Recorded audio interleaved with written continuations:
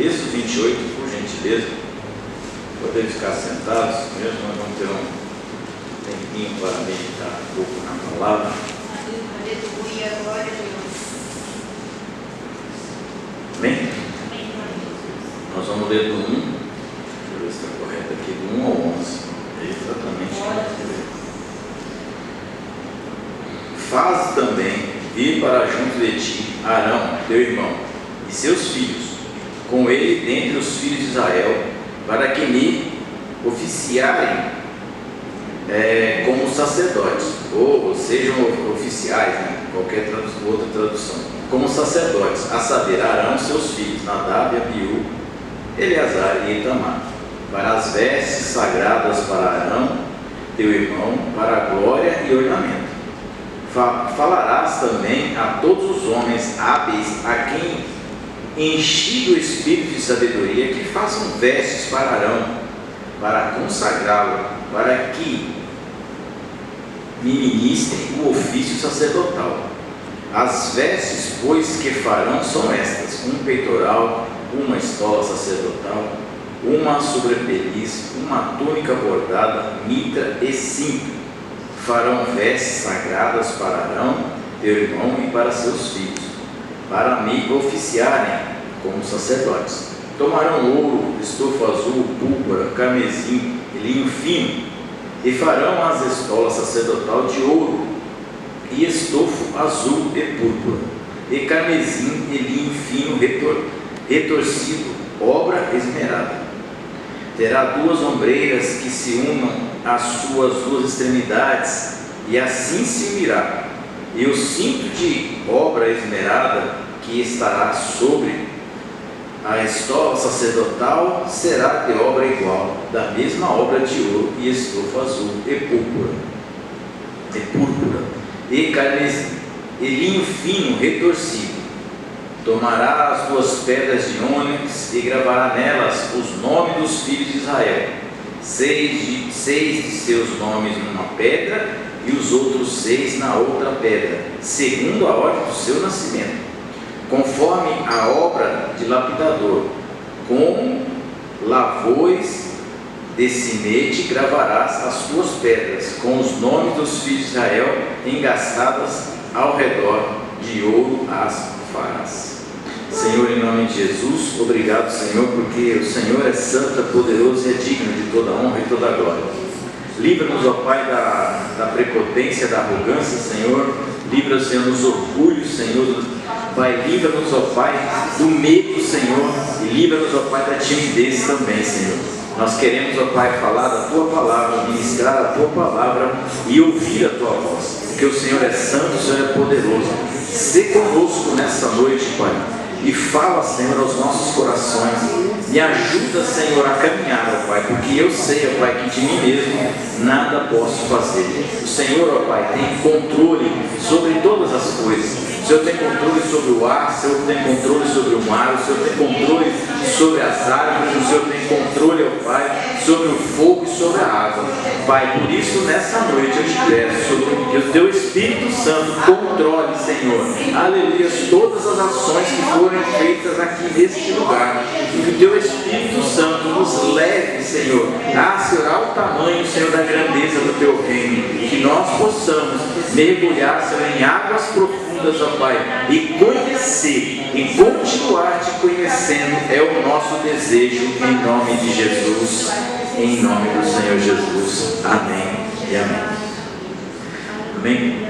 Hoje nós vamos falar um pouco aqui do início, né, da separação do ministério sacerdotal para o tabernáculo. Então, porque se você ler esse texto aqui, né, eu deveria ter preparado um slide aqui da roupa do sacerdote, para vocês terem mais ou menos uma noção de como era, né? Foi falha minha e eu acabei não fazendo. Acabei passando aqui, passou desapercebido esse texto. Mas eu queria que depois, na próxima vez que eu estiver por aqui, eu vou trazer essa imagem, né, a Carol traz no próximo culto, que é sacerdócio, ela vai estar falando sobre a consagração. Então, você deu um salto hoje. não é isso? Dia 23 do 1? Não, a gente vai. Dia 23, segunda, planilha nova, né? Mas tá bom, a gente inverte. Não, tá.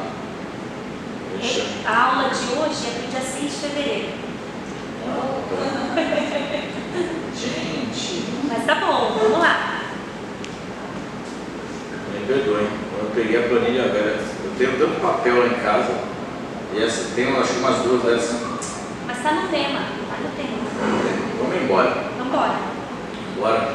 Mas vamos ver se a gente aprende alguma coisa nessa noite. Aleluia. Glória a Deus. Como eu estava dizendo, essa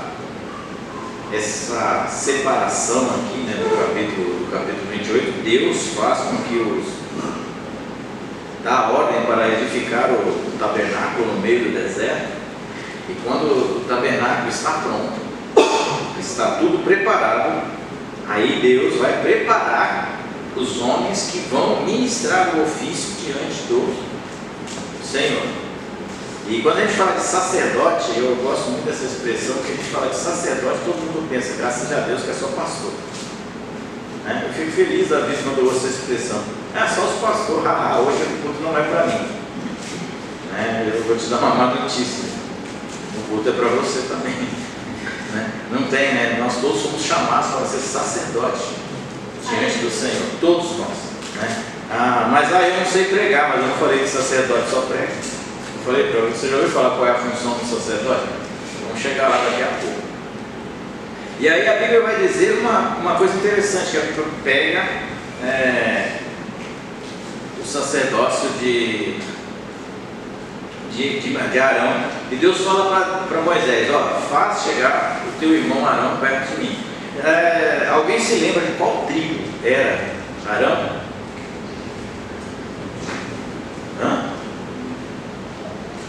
É essa aí mesmo.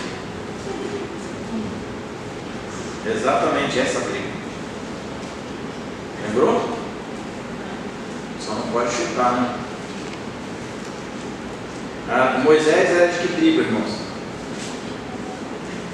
Aí você fala assim, mas que tem influência isso? Tem, você tem que saber. Tem que saber. Moisés e Arão era da tribo de Levi. Quem eram responsáveis pelo tabernáculo? A tribo de Levi. Quais eram as funções da tribo de Levi? Desde desmontar o tabernáculo, montar o tabernáculo, carregar o tabernáculo, fazer a limpeza dentro do tabernáculo, tudo que fosse relacionado ao tabernáculo, ao ministério sacerdotal, era de ofício dos levitas, da tribo de Levi. Aí você pergunta, mas por quê? Porque quando Israel entra na terra prometida, qual é a única tribo que não tem herança? Levi. Por quê? Porque a herança dos levitas é o Senhor. Então os levitas eram sustentados por Deus, vamos imaginar assim, e tratados por Deus, né? Então, quando a gente começa a ler esse texto aqui e vê o chamado que Deus chama Abraão, vai chamar Abraão lá atrás, mas vai chamar Arão aqui e vai falar para Moisés, olha, ele vai ser um ministro, ele vai trazer uma oferta, ele vai ministrar diante do meu altar. Aí a gente pergunta, o que é um sacerdote? Se eu perguntar para você, o que é um sacerdote? Alguém sabe me responder o que seria um sacerdote? Jesus é o que, irmãos?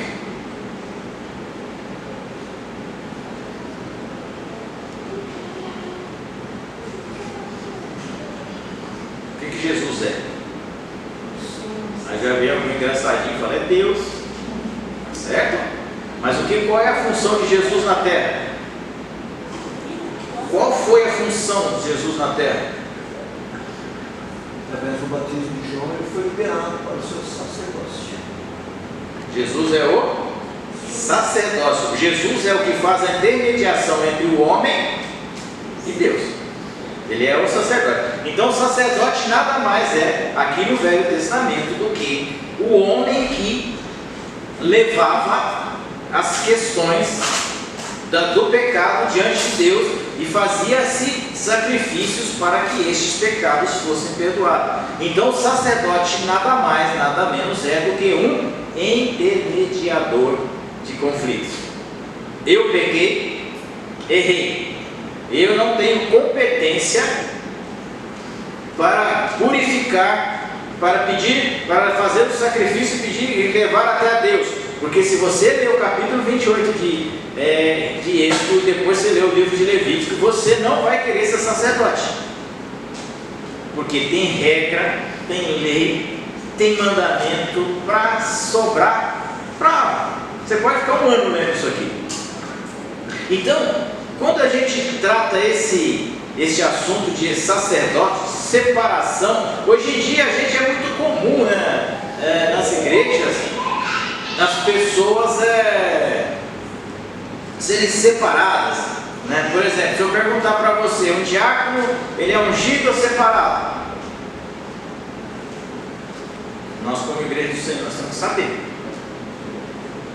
Diácono é ungido ou separado? Viu? Perguntas da primeira série do Evangelho. E às vezes a gente não sabe. Eu esqueceu, né? Diácono é separado. Está escrito lá em Atos. Agora você quer brigar com. Eu estava conversando com a minha esposa ontem, voltando do trabalho. Ela falou: você acha que eu vou brigar com Paulo? Você acha que eu vou brigar com Pedro? Vou discutir com Pedro? É ruim. Discuta você, eu só vou obedecer, né? Por quê? Porque a gente tem umas visões meio estranhas. Então, hoje em dia as pessoas brigam por cargos na igreja, cargos eclesiásticos. Somos eles separados para sacerdócio. Às vezes a gente vai na igreja, em alguns ministérios aí, que eu não vou citar o nome aqui, porque não compete a mim isso aí, mas você vai lá, tem 50 pastores no púlpito, e eles estão dando cotoveladas um no outro para abrir da palavra inicial. Mas em compensação, se você for nas outras congregações desse mesmo ministério, vai estar faltando obreiro. Mas ele está na sede, boa, ar-condicionado, não que aqui não tem, né? Mas a modomia, e está em evidência, aonde está a população, as pessoas, isso e aquilo. Não é, eu tive o desprazer, né? Quando eu falo desprazer, é porque eu já tive desprazer de ouvir que pessoas foram pagas para serem ungidas. As pessoas pagaram. Quanto você precisa pagar? Quanto você quer? Qual é a sua unção? Eu sou meio chucro, vou para um diácono, então R$50. Pagava R$50. E você? Eu já estou um pouquinho mais antes, já li o Salmo 23, então eu sou presbítero. R$130. Era um concurso, pastor. E vocês falam que isso, aí você está falando, mas isso é verdade? Assim como o Senhor está no céu. Então são coisas que você fala, mas as pessoas querem esses cargos, querem esse, eu sou sacerdote do Deus Altíssimo, será que é? Abram suas Bíblias em Malaquias capítulo 2, vamos ver se nós somos sacerdotes mesmo. Malaquias capítulo 2.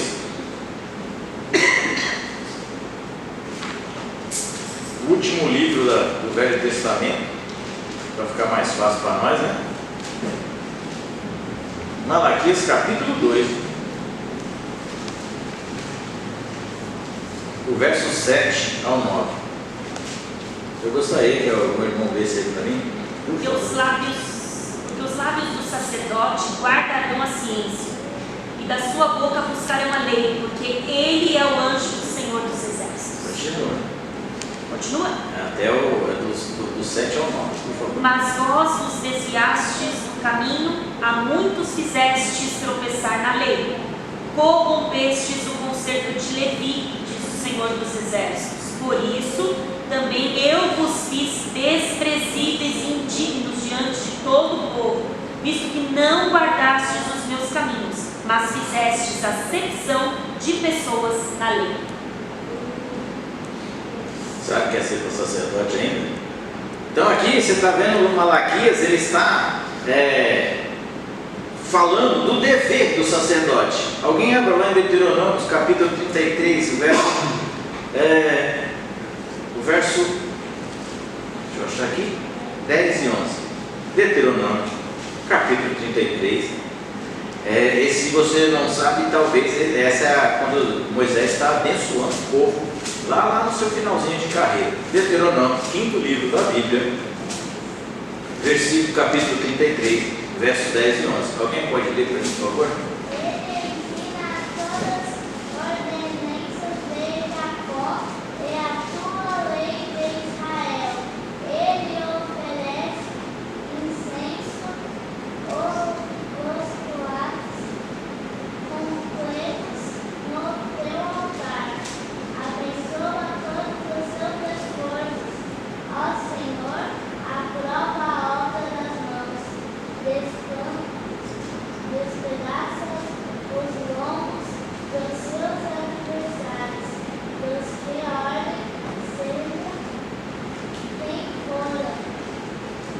Deuteronômio 33, 10 e 11?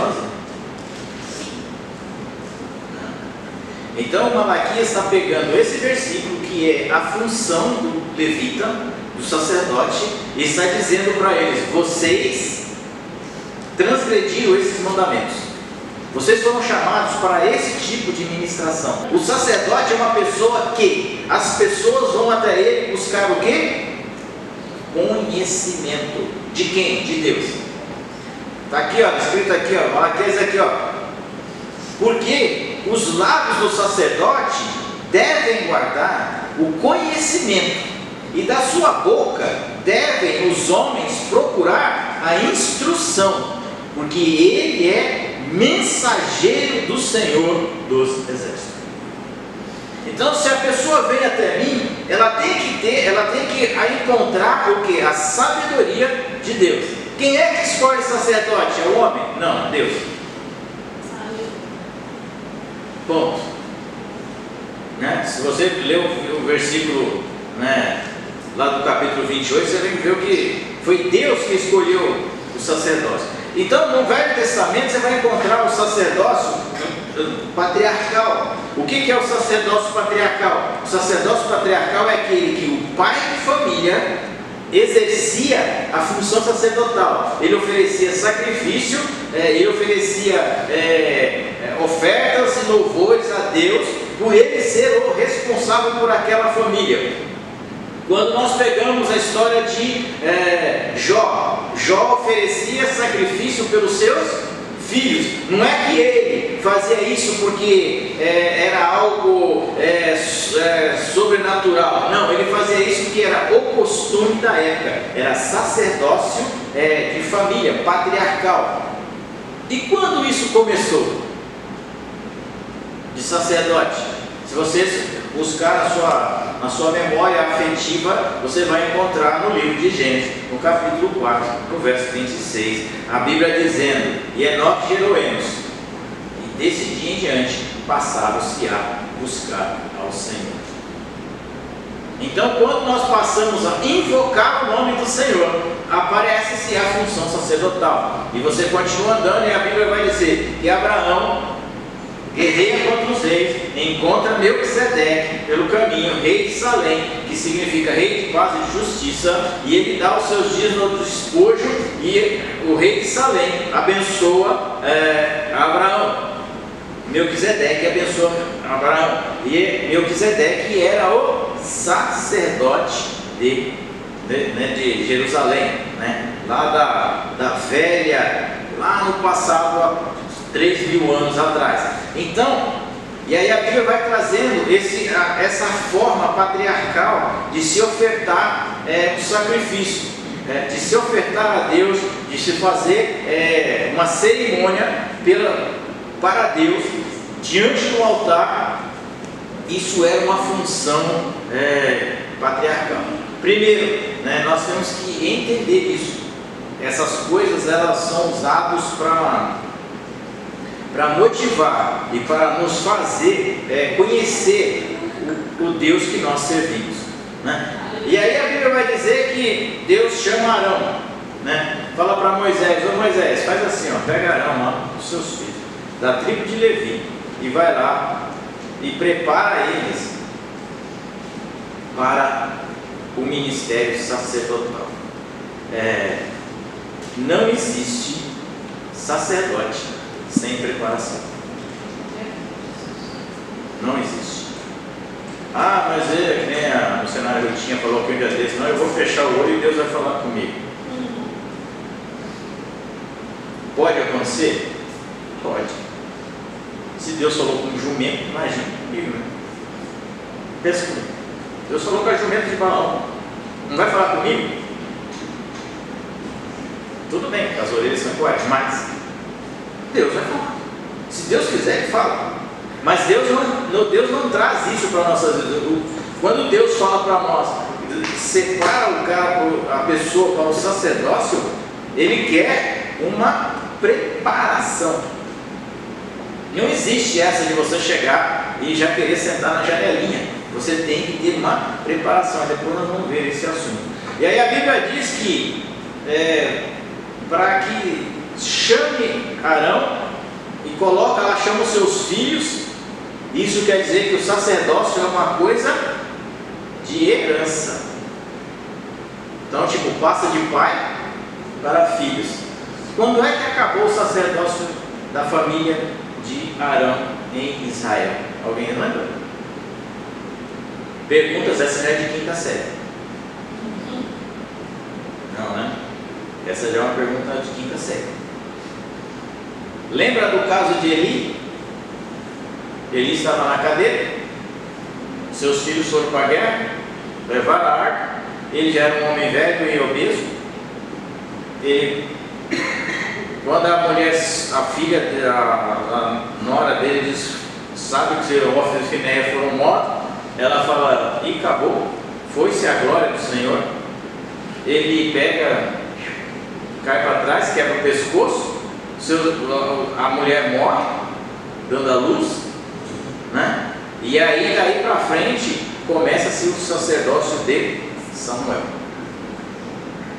Aí, né, você fala, é um sacerdócio perpétuo, sim, mas se você pegar aqui os dois filhos de Arão, um pouquinho mais para frente, eles vão fazer o quê? Vão levar fogo estranho na presença do Senhor. O que vai acontecer com eles? Morrer. Simples assim.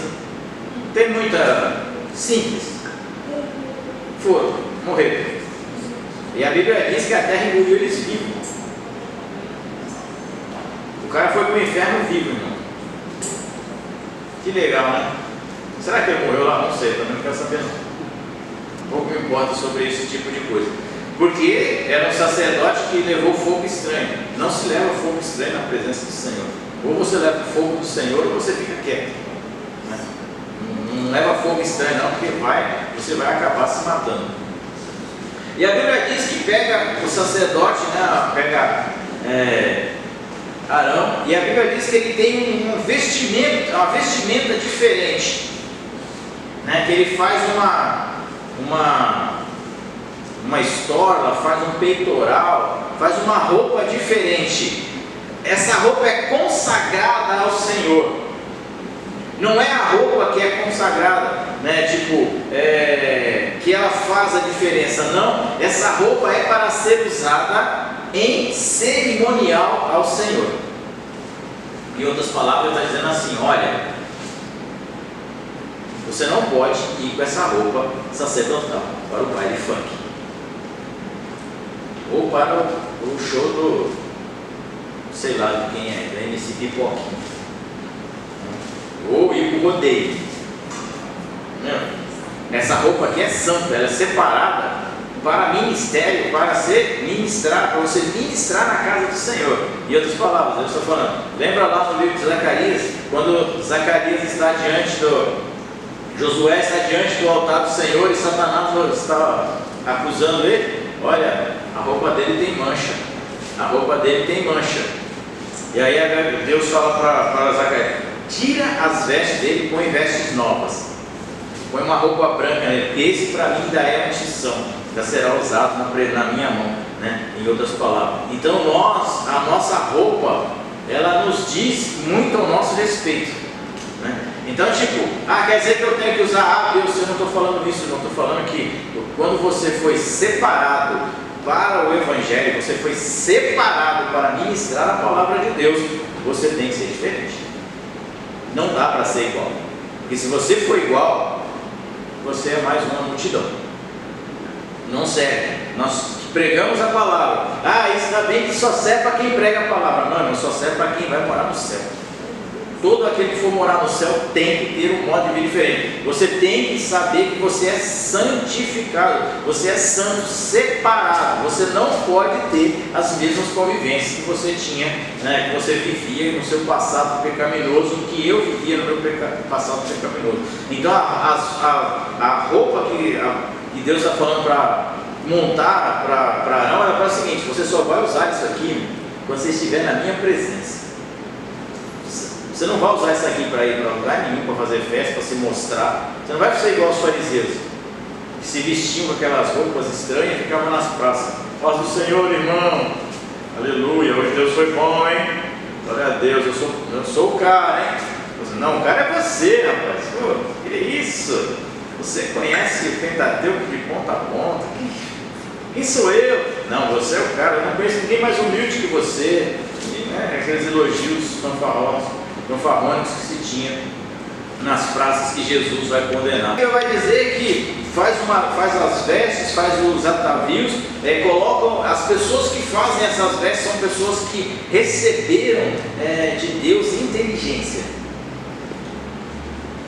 né? Eles receberam de Deus essa habilidade de fazer esse tipo de serviço, assim como o que fez o templo também recebeu de Deus espírito de sabedoria para fazer as obras do tabernáculo, do templo. Esses homens também foram os mesmos que fizeram a roupa do sacerdote, fizeram lá toda a sua movimentação, todo o seu aparato, né? Então, aqui tem uma regra interessante para nossas vidas, né? Nós só podemos fazer a obra de Deus se homens de Deus nos ajudarem. Se não, meu irmão, nós vamos nadar e vamos morrer na praia, como muitos já morreram e estão morrendo. Então nós temos que ter essa entendimento. A obra de Deus vai funcionar quando homens cheios da sabedoria de Deus estiverem envolvidas nela. Porque caso contrário, vai ser um problema. Aí a Bíblia vai dizer algumas coisas, e o que eu achei mais interessante que a Bíblia diz aqui, que fez o peitoral, ele é preso por uma corrente, ele não tinha manga, era só duas peças de tecido. Quando a gente fala nessa condição, aí ele fala assim: olha, faça essa obra esmerada. O que é esmero? Eu fui procurando no dicionário porque eu não sabia também. Esmero, coisa feita minuciosamente, muito bem acabada, perfeita.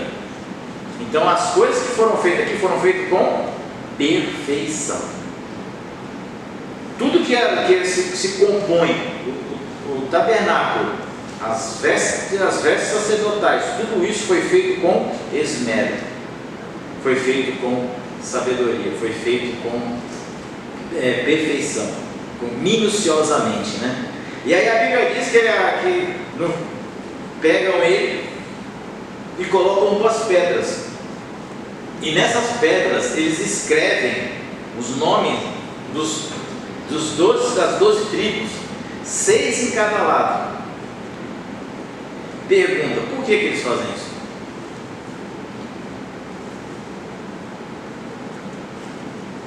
Tem que ter um motivo. Não existe na Bíblia, não existe. Não. Por que eles fizeram isso? Abra uma Bíblia comigo lá em Hebreus, capítulo 13, versículo 17.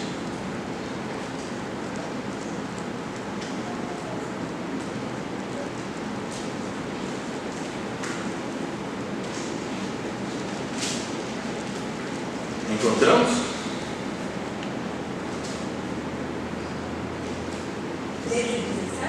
13 e 17.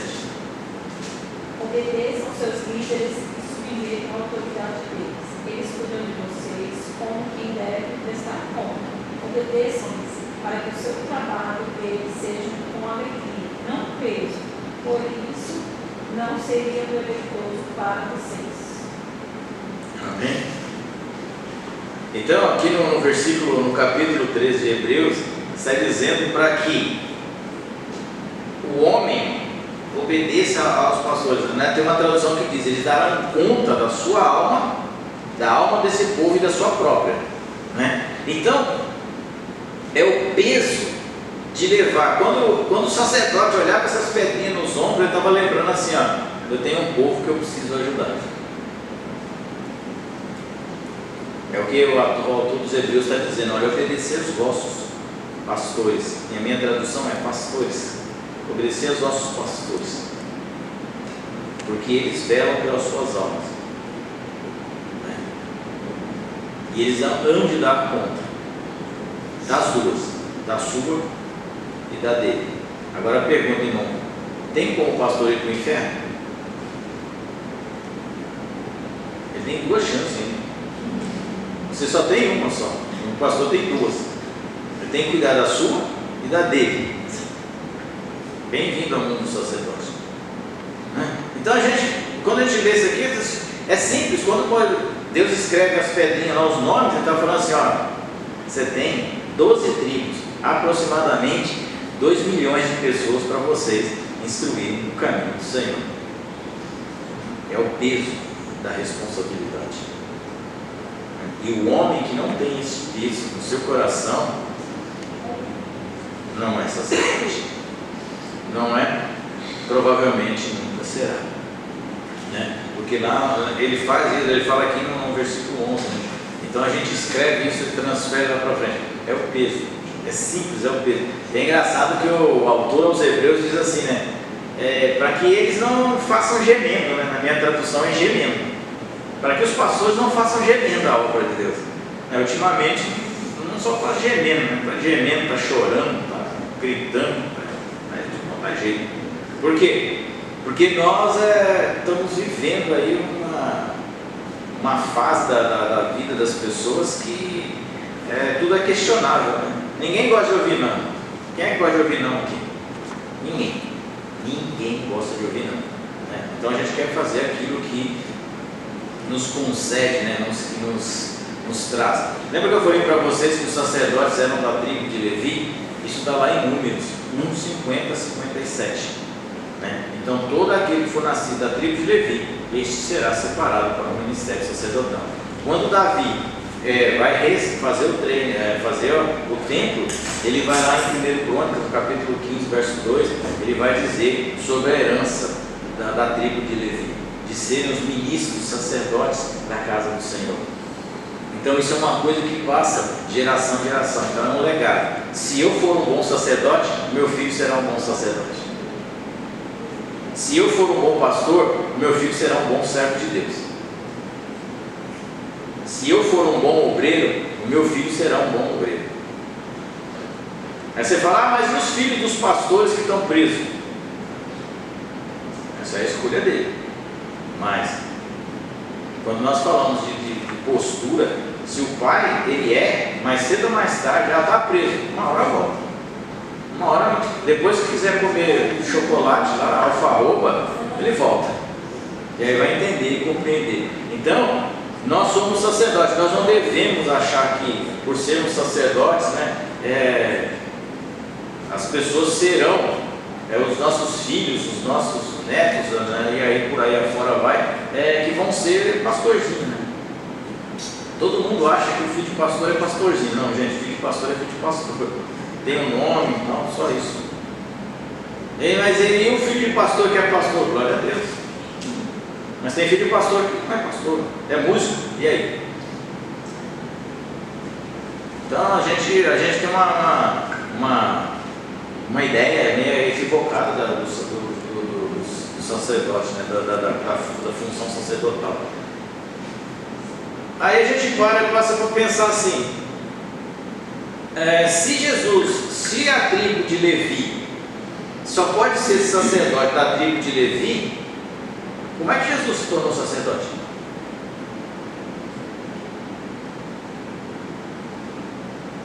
Uma pergunta boa, essa aqui já é de nível 8ª série. Por que Jesus se tornou sacerdote? Jesus era de que tribo mesmo, irmãos? Alguém lembra aí? O nome acertou. Você não canta aqui, ele é o leão da tribo de Judá. Tribo de Judá. Como é que ele virou sacerdote? Por herança? Não. Se você pegar, depois você pega lá o livro de Hebreus, capítulo 5, 6, 7, 8 e 9, vai falar da supremacia do sacerdócio de Jesus Cristo, do ministério de Cristo, né? A gente vai ler alguma coisa aqui, né?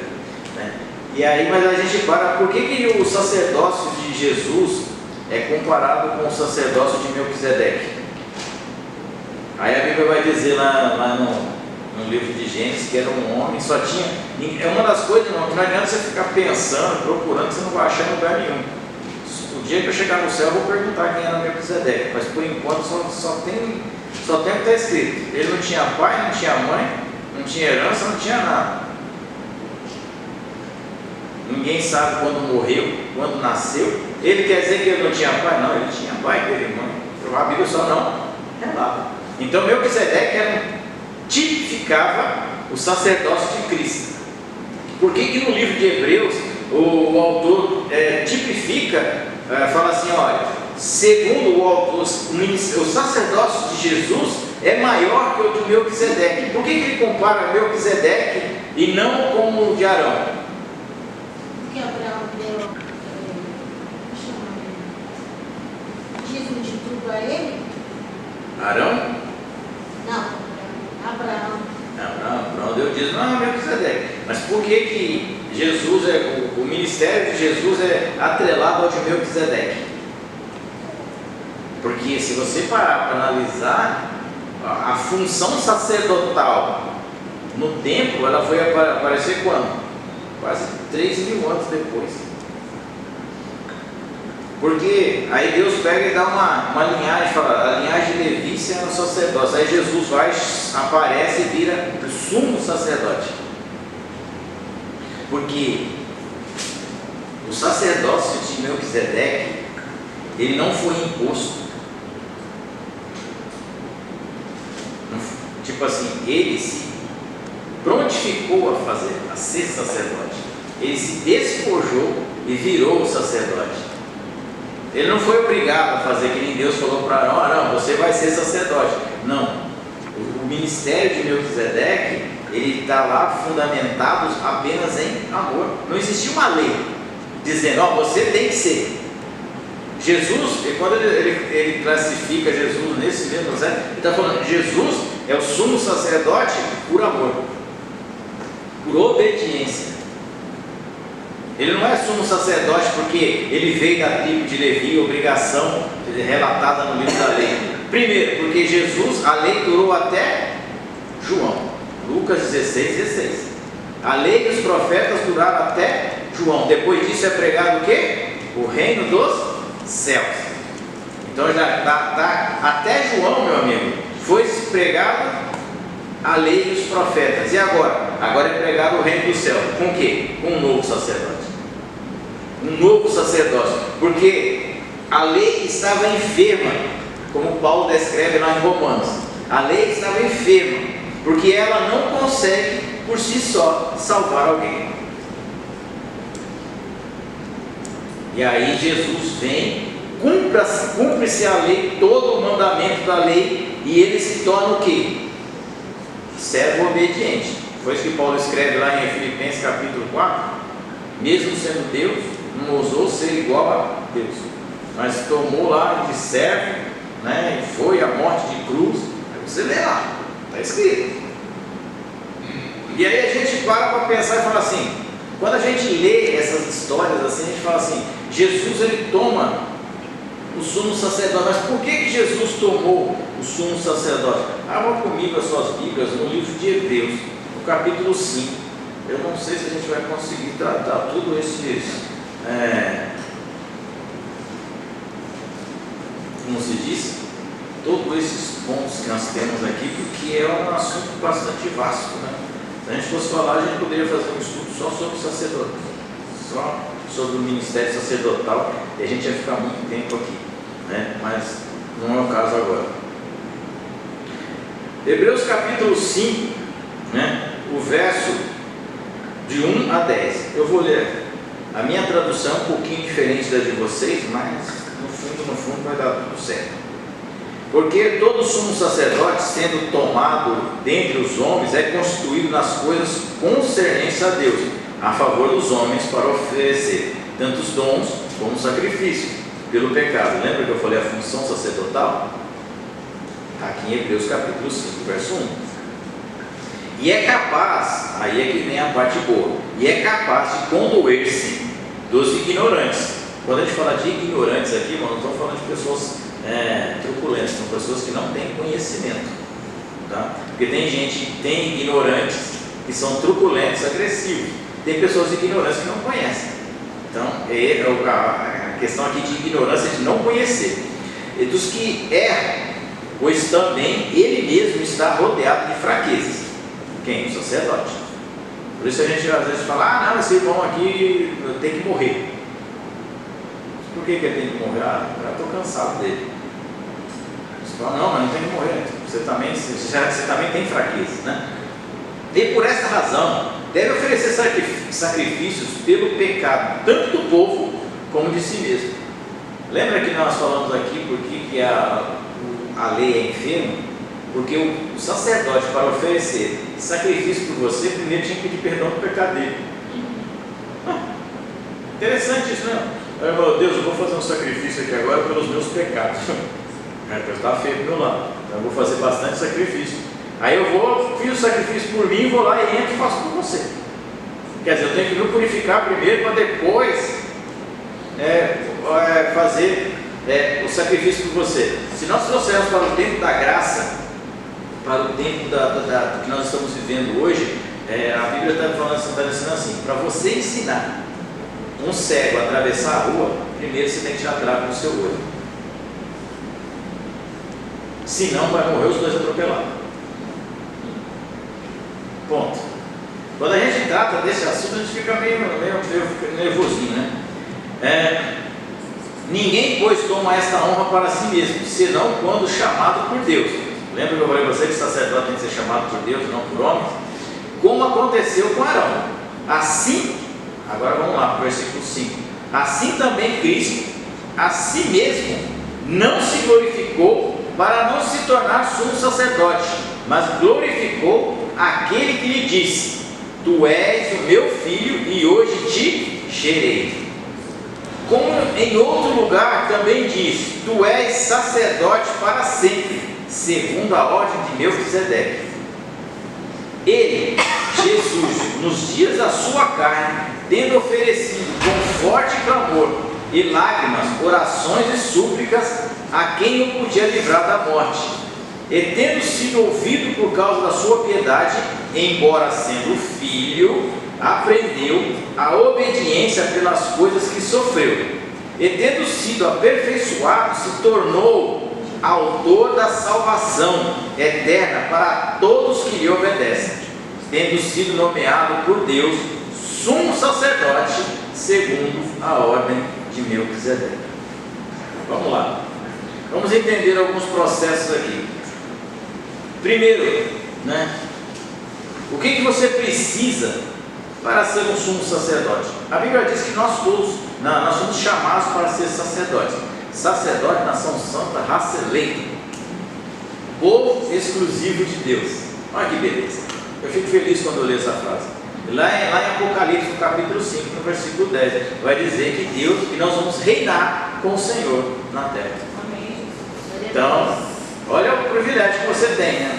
Enquanto o pessoal está brigando pelo Senado, pela prefeitura, pelo síndico do prédio, você está só esperando ir morar no céu. Amém.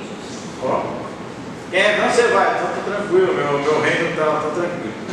Não, sou do céu, fico em paz, pode brigar à vontade pelas coisas dessa vida. Então vamos lá, eu peguei um estudo aqui muito interessante que eu achei. Do versículo 1 ao 10, especificam as qualificações de um sumo sacerdote, usando Arão como modelo. Ele devia, tá? A primeira coisa para o cara ser sumo sacerdote, ser do sexo masculino. Bom, ser do sexo masculino, versículo 1: porque todo sumo sacerdote, tendo sido tomado dentre os homens. Ok?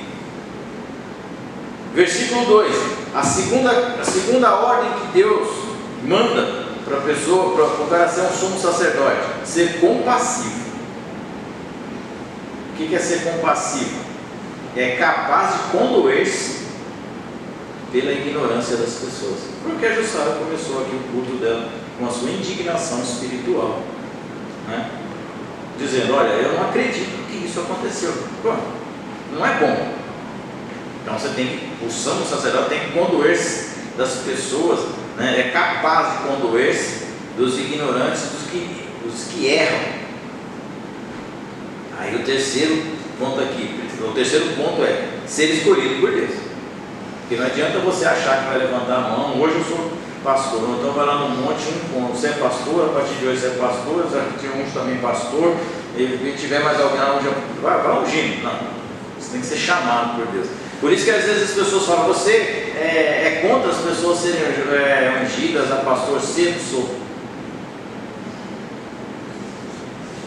A Bíblia diz que você não pode colocar a mão sobre o neófito na fé. A pessoa neófita na fé é aquele que não tem experiência. Irmãos, tem uma coisa na vida que você nunca vai ter, você só vai ter quando você ficar velho: experiência. Eu sou inteligente, sou sábio, eu sou habilidoso, eu sou isso, mas não tenho experiência. Experiência só aprende com o tempo. O tempo é o maior, o maior ensinador nosso é o nosso tempo. Então, se os cabelos brancos não te ensinou nada, alguma coisa está errada. Então, quando a gente fala disso, aí ele fala, né, você tem que ser chamado por Deus. Irmãos, tome muito cuidado com isso. Não vai nessas conversas, não vai nesses profetas de meia vida aí não. Eis que te digo que vejo que você é pastor. Que pastor? Não, estou vendo aqui, rapaz, Deus está me falando. Mas, não, pastor, não. Aí a pessoa pega e joga óleo na cara do cidadão. Aí o cidadão fica frustrado, sentado no banco da igreja, olhando para o que eu estou fazendo aqui. Eu era tão feliz como membro, não sabia. É um fato, irmãos, a gente toma muito cuidado, né? A outra é ser compassivo, né? Ter compaixão, ser escolhido por Deus, aprender por meio do sofrimento. Essa é a parte que ninguém quer. Por que Jesus se tornou sumo sacerdote, irmão? É só você ler o Getsemane. Aí você vai entender por que ele se tornou sumo sacerdote. E o seu suor se tornou em gotas de sangue. Imagina a aflição desse cara, desse homem. Quando a gente fala desse assunto, você fala, quando você está no eminência e emoção, e você sabe que alguma coisa vai te acontecer de ruim, ou você acha que Jesus não sabia que ele ia morrer? Sabia que ele ia passar por tudo aquilo. Então, quando você está por essa forte emoção, é um fato que acontece com qualquer pessoa. Se você pegar os sentenciados americanos que estão no corredor da morte, quando vai se aproximando a data dele se encontrar com Jeová, ou o capeta, não sei, ele vai se aproximando, ele vai começando a se angustiar. E em alguns casos, em alguns fatos, esses homens, esses sentenciados, eles suam gotas de sangue. Isso é para mostrar que Jesus passou por essa aflição, a aflição da morte, sabendo que ia morrer. Uma coisa, irmãos, é você sair de casa hoje e morrer. Puf, ele é um passarinho. Morreu. As pessoas vão ficar tristes. 1 mês, 2 meses, 3 meses, 1 ano. Daqui a pouco volta a comer churrasco, ir para a pizzaria. E a vida que segue. E glória a Deus por isso, tem que fazer mesmo. Mas você saber que você vai passar, da maneira que você vai passar e por que você está passando, como é o caso de Jesus, irmãos, ele sofreu bastante, viu? Então, a Bíblia vai dizer aqui, ó, para você aprender por meio do sofrimento, versículos 7 e 8, né? Diz assim, ó, e Jesus nos dias da sua carne, tendo oferecido como forte clamor em lágrimas, orações e súplicas a quem podia livrar da sua morte. Então o sacerdote, ele tem que ter esse entendimento. Não adianta você achar que você vai virar um sacerdote, vai virar um servo de Deus e a sua vida vai ser, oh, glória a Deus, andei de iate hoje, ganhei no tigrinho. Não, isso não existe, irmão. Nós somos testados todos os dias, nós somos provados todos os dias para saber se a nossa fé realmente está em Deus. E a Bíblia diz que Jesus fez essa oração, está lá no sermão, lá no monte, lá ele diz, né, Pai, se for possível, passa de mim esse bonde, eu não quero isso não, mas contudo, cumpra-se a tua vontade.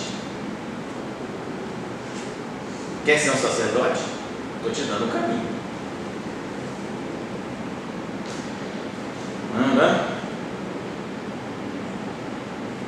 Chamado por Deus, tendo oferecido com forte clamor e lágrimas, orações e súplica, uma referência, né, à ocasião daquela, né, quando a gente fala de João, né, 12, 27, ou então do Getsemane, né, 26, 39, Mateus 26, 39 a 44. Ele, mesmo sendo filho, e portanto Deus, em sua forma encarnada, ele aprendeu em obediência por meio do sofrimento.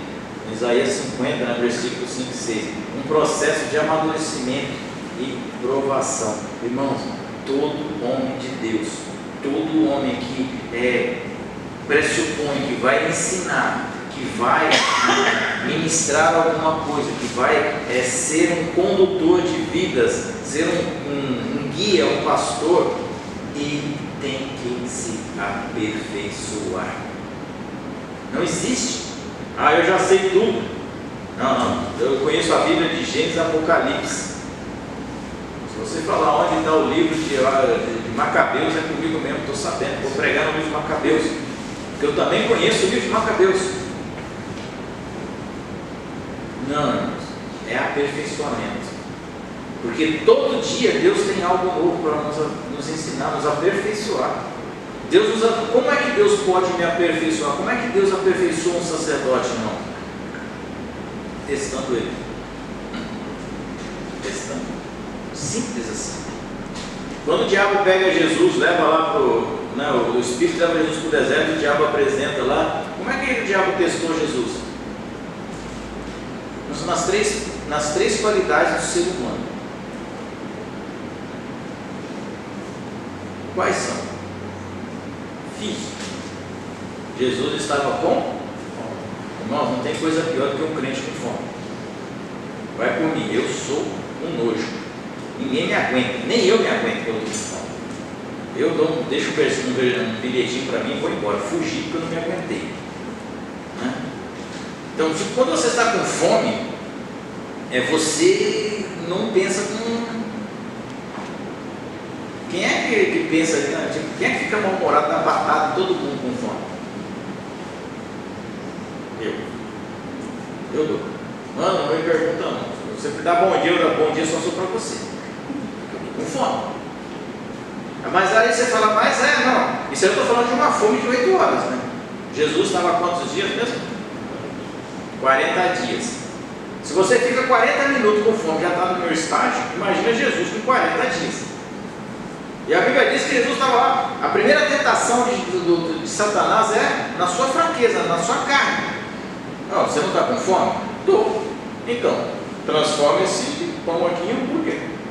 McDonald's, meio por agora, mas não tem McDonald's. Que beleza. Transforma aí. Jesus olha para ele e fala: diabo, uma boa, velho. Nem só de fome terá o homem, mas de toda palavra que procede da boca de Deus. Pau. Aí Satanás fala: quer dizer que no físico eu não consigo te atingir, então eu vou te atingir aonde? No emocional. Já viu o crente emocional? Deixa pra lá, não vou falar agora não. Qual que é o emocional? Leva Jesus para o pináculo do templo. Você não é o crente do reteté? Você não é o crente do relâmpago de Deus? Você não é o filho de Deus? Você não é isso, você não é aquilo? Porque lá no Salmo está escrito: aos seus anjos dará ordem ao teu respeito que nada vai te acontecer. Ele está mexendo no quê? No emocional. Emocional de Jesus. Agora eu vou na mente de Jesus. Quero ver se ele é bom mesmo. Porque é as áreas do ser humano que é atacada, irmãos. De vez em quando você está pensando nas neuroses aí. Eu estou pensando nas neuroses. De vez em quando acontece. E aí Jesus responde para ele: joga do templo aí, pode jogar do pináculo do templo. Os estudiosos dizem que tinha aproximadamente de 90 a 120 metros sobre o pináculo do templo, se ele caísse. Aí o que ele fala para Satanás?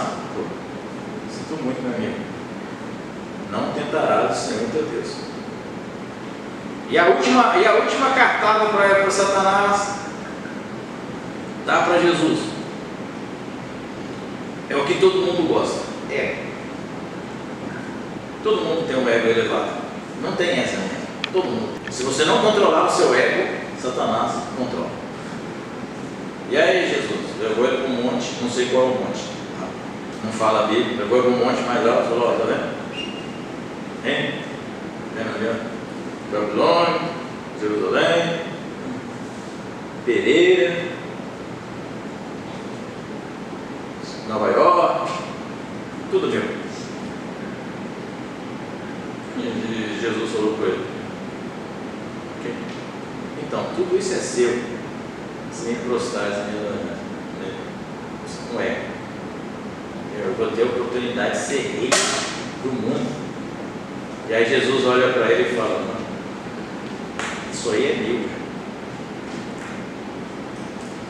O que você está me oferecendo? Jesus, o diabo está me oferecendo um atalho para Jesus perder tudo. Jesus fala: meu, isso aqui é meu, o mundo é meu, o reino é meu, o inferno, a chave é minha, tudo é meu. No tempo certo, afasta-se. Satanás, ó, foi embora. Então, é mexer, o sacerdote ele tem que aprender, né? Ele tem que ter experiência, ele tem que ter amadurecimento. A gente não é testado para ser zombado, não. Nós somos testados para ser aprovados como obreiro da casa do Senhor. Paulo descreve lá na carta ao Timóteo, diz que tenha obreiros aprovados que manuseiem bem o que? O conhecimento, a palavra de Deus, né?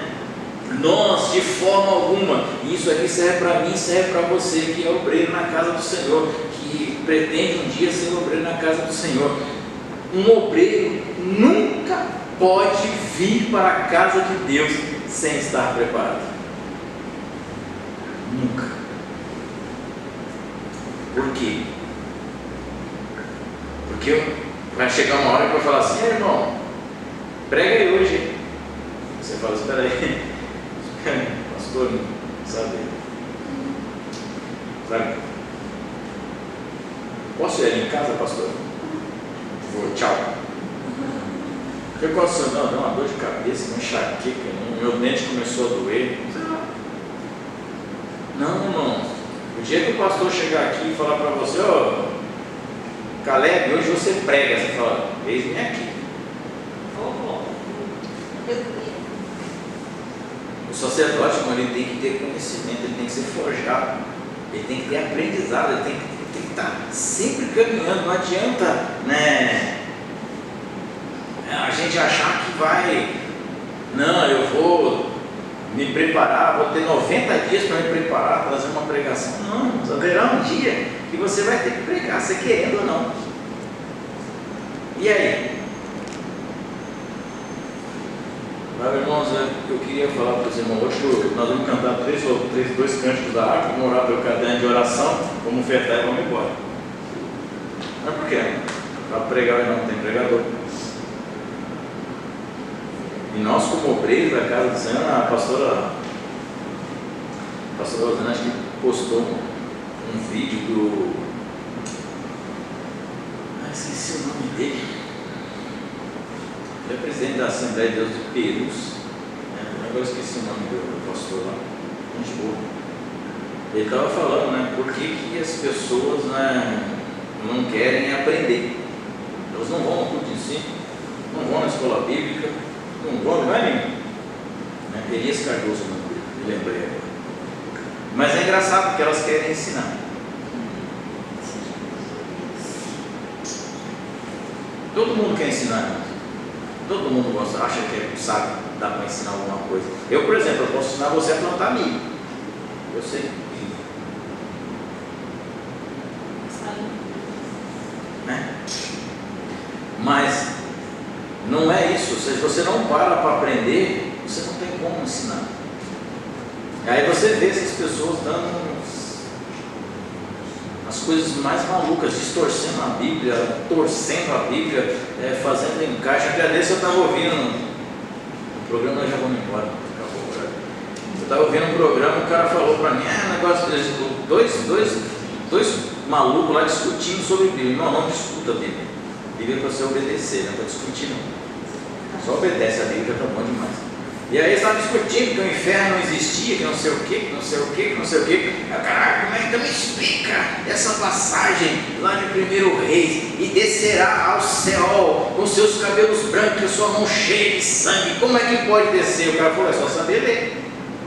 Ele vai morrer velho e vai para o inferno com a sua culpa. Mas e as pessoas querem ficar discutindo, brigando. Irmãos, não, aprenda. Primeiro, para você ser salvo. Primeira coisa que tem que aprender. Aprenda para você ser salvo. Segundo, para você ensinar o caminho da salvação para as pessoas. Se alguém te perguntar, você fala, eu conheço Jesus, eu conheço a palavra, diz isso. Ah, mas eu conheço porque eu já passei por essa situação. Então eu posso falar para você que Jesus Cristo é o caminho, a verdade e a vida. Que ninguém vai a Ele se não for, ninguém vai ao Pai se não for por Ele. É o princípio do sacerdócio, irmão. Então a gente tem que tomar muito cuidado com isso, né? Se Deus te chamou, glória a Deus por isso, mas tenha em mente que você vai ter situações difíceis. Nós teremos situações difíceis e vamos aprender muitas vezes com o nosso erro. Então cuidado para não errar muito feio, porque quando eu erro, eu arrasto muita gente comigo. Quando você erra, no máximo você arrasta alguns que estão de perto. Mas quando um sacerdote erra, a tragédia é grande. Por isso que Malaquias diz, as pessoas não vão te respeitar. Por isso que as pessoas não respeitam muitos pastores que tem por aí hoje. Deus fala um monte de besteira. Eu não falo nada não, porque Deus vai acertar a conta de cada um. Amém? Vamos colocar de pé? Vamos embora. Atravessamos aqui